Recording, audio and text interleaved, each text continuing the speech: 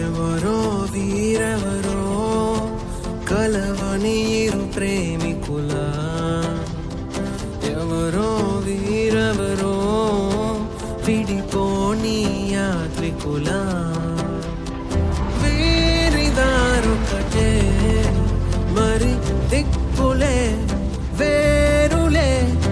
ఊపిరొకటేలే ఒక్క శ్వాసల నిశ్వాస